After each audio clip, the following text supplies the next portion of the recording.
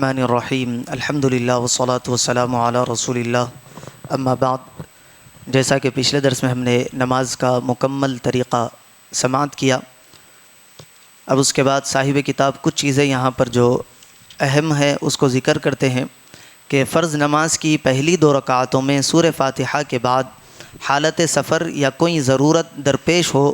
تو جو سورت چاہے پڑھے، اور اگر اطمینان ہو تو فجر اور ظہر میں طوال مفصل یعنی سورہ حجرات سے سورہ بروج تک کی صورتیں پڑھے، اور عصر اور عشاء میں اوساط مفصل سورہ بروج سے لے کر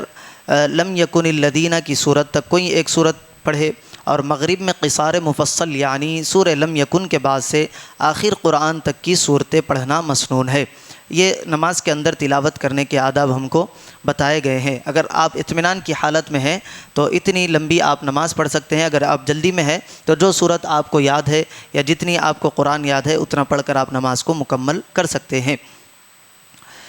اور فجر کی پہلی رکعت میں بنسبت دوسری رکعت کے بڑی صورت پڑھنی چاہیے کہ یہ سنت ہے، باقی اوقات میں دونوں رکعتوں کی صورتیں برابر رہے، 1-2 آیت کی کمی زیادتی کا اعتبار نہیں،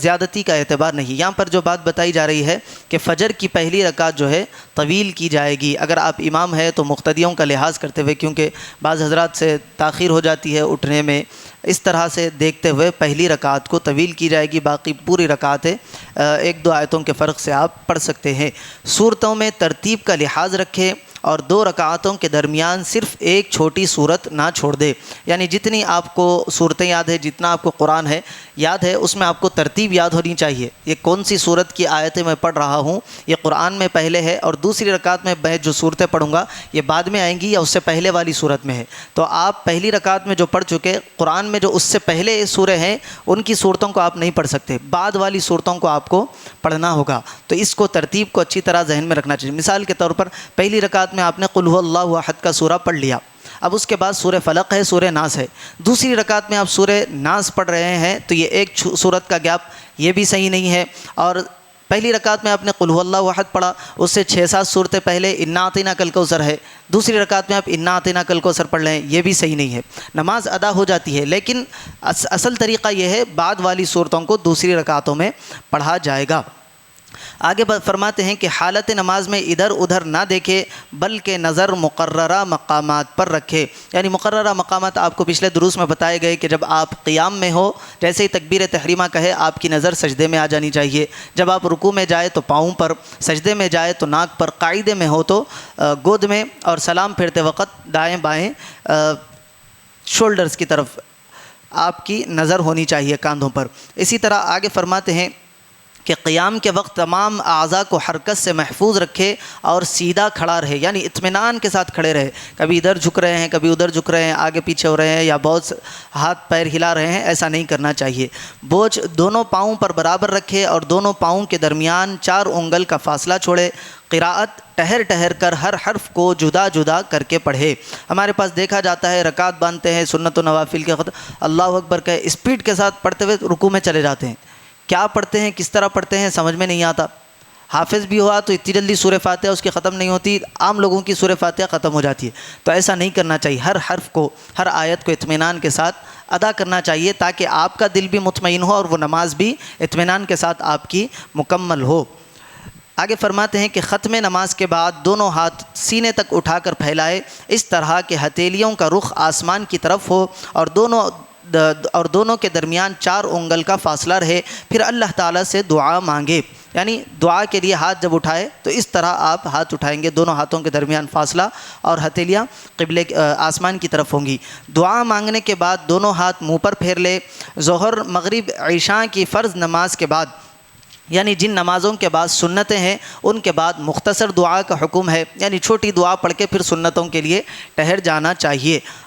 اور فجر اور عصر کی نماز کے بعد جتنی دیر چاہے بیٹھے، وظیفے پڑھے، دعائیں مانگے، یہ طریقہ ہے، کیونکہ جن نمازوں کے بعد سنتیں ہیں فوری طور پر اٹھ کر سنتوں کو ادا کرنا چاہیے، یہی حبیب پاک علیہ الصلاۃ والسلام کا عمل رہا، جیسے ہی سلام پھیرے دعا کیے سنت کے لیے ٹھہر گئے۔ اب جن نمازوں کے بعد، جس طرح فجر کے بعد ہمارے پاس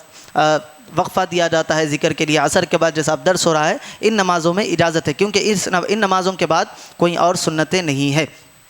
فرض نمازوں کے بعد سنت نہ ہو تو متصل، ورنہ سنتوں کے بعد 3 مرتبہ استغفر اللہ اور ایک مرتبہ آیت الکرسی، سورہ اخلاص، سورہ فلق، سورہ ناس اور 33 بار سبحان اللہ، 33 بار الحمدللہ، 33 بار اللہ اکبر اور 1 مرتبہ کلمہ توحید جس کو چہارم کلمہ کہتے ہیں، لا الہ الا اللہ وحدہ لا شریک لہ لہ الملک ولہ الحمد یحیی ویمیت بیدہ الخیر وہو علی کل شیء قدیر، یہ پڑھنا مستحب عمل ہے۔ وقت ہے آپ کے پاس تو جتنا زیادہ ذکر کر سکتے ہیں کریں گے۔ منفرد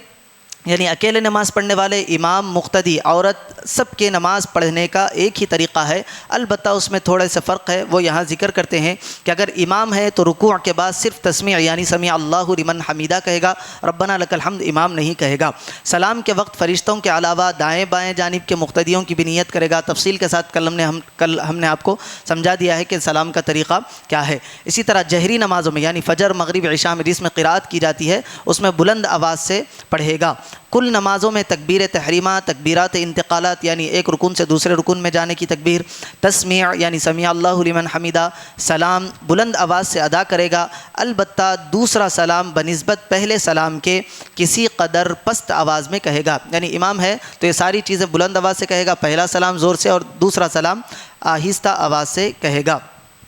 اچھا، اس کے بعد ختم نماز کے بعد دعا میں مقتدیوں کو بھی شامل کرے گا، اور فجر اور عصر کی نماز کے بعد امام دعا مانگنے کے لیے دائیں بائیں طرف یا مقتدیوں کی طرف منہ کر کے بیٹھے گا، اور دیگر نمازوں میں قبلے کی طرف رخ کر کے دعا کرے گا۔ اسی طرح مقتدی کے لیے کچھ چیزیں ضروری ہے، نماز کی نیت کے ساتھ امام کی اقتداء بھی کرے گا کہ میں اس امام کے پیچھے نماز ادا کرتا ہوں۔ اسی طرح تکبیر تحریمہ سے لے کر آخر نماز تک ہر رکن میں امام کی متابعت کرے گا، یعنی امام کو فالو کرے گا، اس طرح کہ ہر رکن کی ادائی امام سے پہلے نہیں بلکہ امام کی ابتدا کے بعد ہوا کرے گی، یعنی امام سے پہلے کوئی رکن ادا نہیں کرے گا، اگر کرے گا تو پھر اس کی نماز فاسد ہو جائے گی، ٹوٹ جائے گی۔ امام کے رکن ادا کرنے کے بعد وہ اپنا رکن ادا کرے گا۔ جس طرح کل ایک صاحب نے سوال کیا تھا کس طرح رکن ادا کرے، تو امام جب اللہ اکبر کہے، امام کی رے ختم ہو اکبر کی، پھر ہماری اللہ اکبر سے ہمارے رکن کا آغاز ہونا چاہیے۔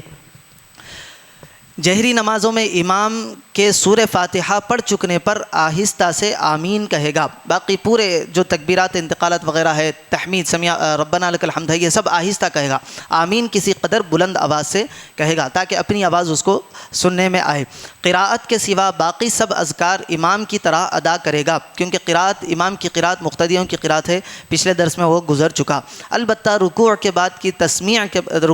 تسمیع کے بجائے تحمید یعنی ربنا لک الحمد مقتدی کہے گا۔ سلام کے وقت فرشتوں کے علاوہ امام کی اور دائیں بائیں جانب کے مقتدیوں کی بھی نیت کرے گا، اس کا بھی کل تفصیل سے ذکر گزر چکا۔ نماز کے بعد جب امام دعا مانگنے لگے تو آمین آمین کہتا رہے گا۔ اب عورتوں کی نماز کا طریقہ یہاں ذکر کیا جاتا ہے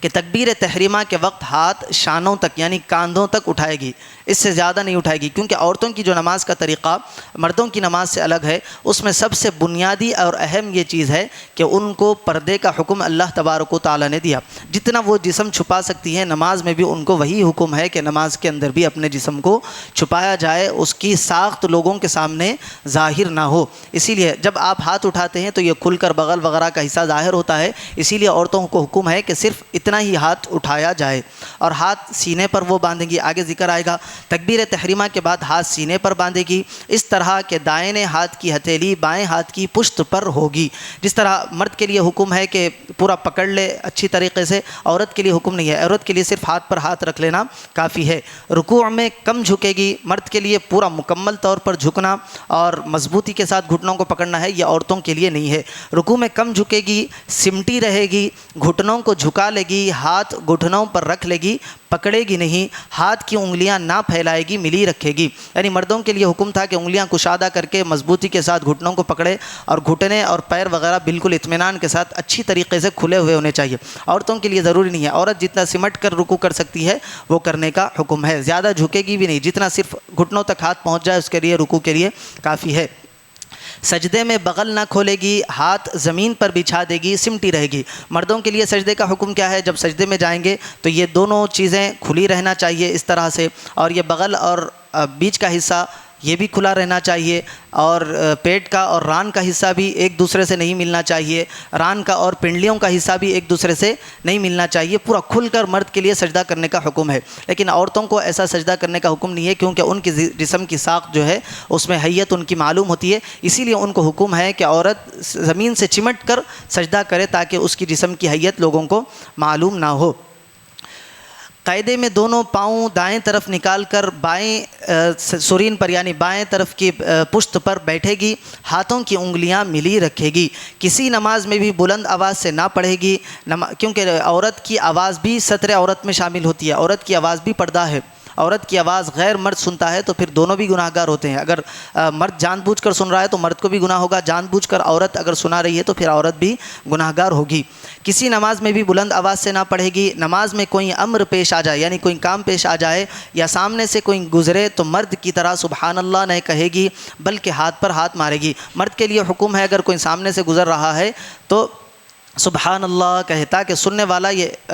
دیکھ کر رک جائے کہ یہ شخص نماز پڑھ رہا ہے، لیکن عورت کے لیے صرف ہاتھ پر ہاتھ مارنا کافی ہو جائے گا۔ فجر کی نماز اندھیرے میں پڑے گی، اسی طرح اذان ان لوگوں کی نماز میں نہیں ہوگی، مرد کی وہ امامت نہیں کر سکے گی، جماعت میں شریک نہیں ہوگی، اگر جماعت میں شریک ہوگی تو سب سے پیچھے کھڑے ہوگی، جماعت میں صف کے دوران وہ عورت نہیں کھڑے ہو سکتی۔ عورتوں کی جماعت مکروہ تحریمی ہے، عورت جماعت بھی نہیں بنا سکتی، ہاں اگر جماعت بنا لے تو پھر عورتوں کی جو امام ہے، جس طرح امام ایک صف آگے کھڑا ہوتا ہے عورتوں کے لیے نہیں ہے، عورتوں جب جماعت بنائیں گی تو امام بھی ان کی جو امام ہوگی وہ اسی صف میں کھڑی رہے گی، ایک قدم بھی وہ آگے نہیں آئے گی۔ عورتوں پر نماز جمعہ فرض نہیں، صرف ظہر پڑھ لینا ان کے لیے کافی ہے، اسی طرح نماز عیدین اور تکبیرات تشریق جو 10 عید الاضحیٰ کے درمیان میں جو تکبیرات پڑھی جاتی ہیں وہ بھی ان کے لیے واجب نہیں ہے، اگر پڑھتی ہیں تو اس کے ثواب کی وہ مستحق ہوتی ہیں۔ اللہ تبارک و تعالیٰ سے دعا ہے کہنے اور سننے سے زیادہ اعمال صالحہ کی توفیق عطا فرمائے۔